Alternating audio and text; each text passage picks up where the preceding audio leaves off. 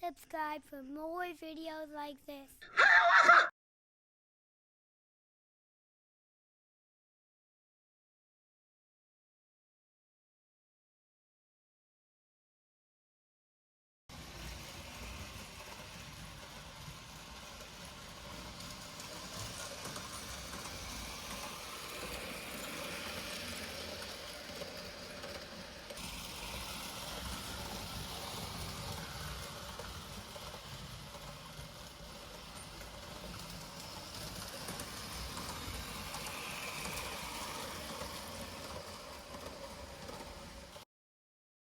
All aboard, and welcome aboard to all who are coming aboard.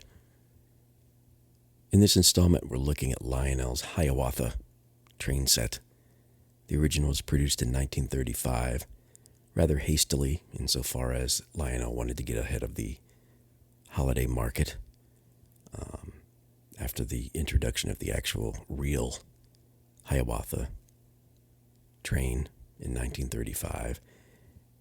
And this reproduction from 1988 is pretty true to the original in that it's rather crude in design insofar as it has the beaver tail without any rear windows or some of the more complex details that came with later versions of the model train set. But it's cool nonetheless, and it really does dig into that Art Deco type look and feel that mirrored the real deal, which was a truly streamlined engine versus a lot of times it was just metal covering old traditional steam locomotives just to give them a more aerodynamic look, but this one was actually the real deal. And then to accompany, I've added a carnival ride that we found at Kohl's that has some of those oldie time Art Deco style spaceships as the cars on the ride, that it seemed to fit nicely with the Art Deco styling of the Hiawatha train set. And then to round it all out and add some color commentary, I found an article from the July 1995 edition of Classic Toy Trains titled Swift of Foot, Lionel's Streamlined Hiawatha.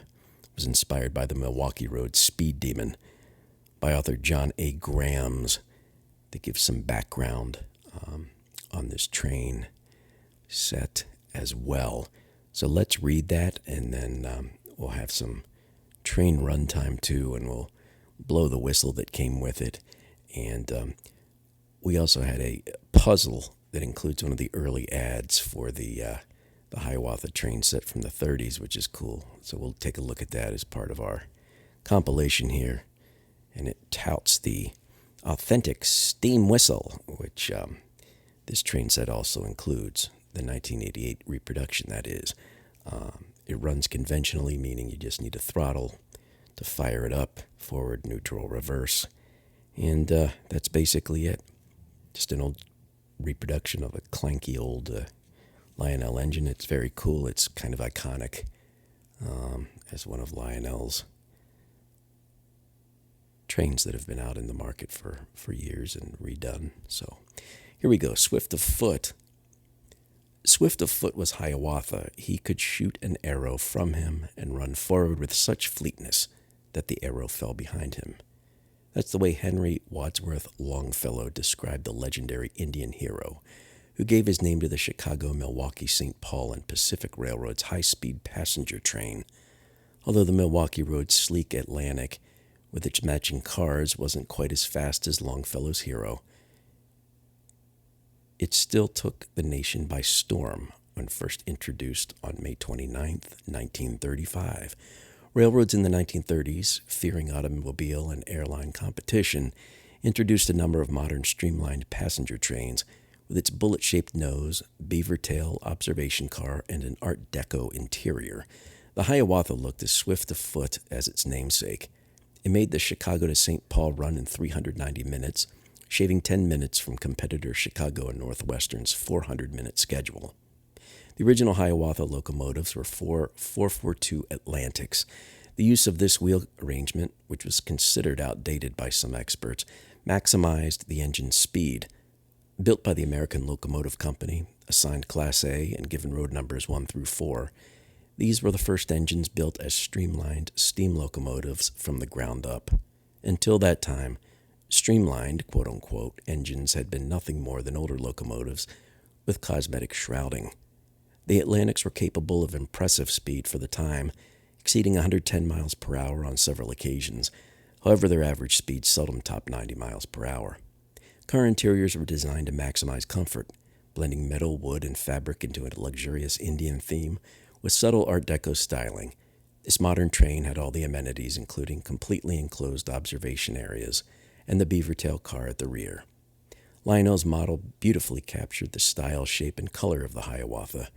The O-gauge locomotive measured a scale 52 feet long, a mere 2 scale feet short of the prototype. Although the stainless steel wing herald on the nose of the real locomotives had the engine road number, Lionel substituted its own emblem. The model had a two-color paint scheme, gray and orange, while the real engines had maroon cylinders and striping. This striping separated the gray and orange on the sides of the locomotive, curving up the side of the cab before becoming the letterboard for the entire length of the train. Unlike the model, all the prototype lettering was deluxe gold on a maroon background. This included the Hiawatha nameboard located on both sides of the boiler. On the model, this nameboard is stainless steel to match the tender's lettering. The Hiawatha was an extremely successful train.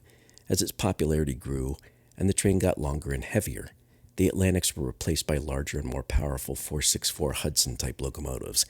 These were replaced by diesels in the 1940s. The name Hiawatha could be found on Milwaukee Road timetables for many more years, disappearing only when the formation of Amtrak on May 1st, 1971 came about. Thanks to Lionel's classic model and the LTI reproduction, the legend of Hiawatha and his train lives on.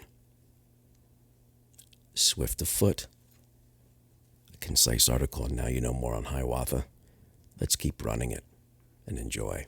Thanks for tuning in.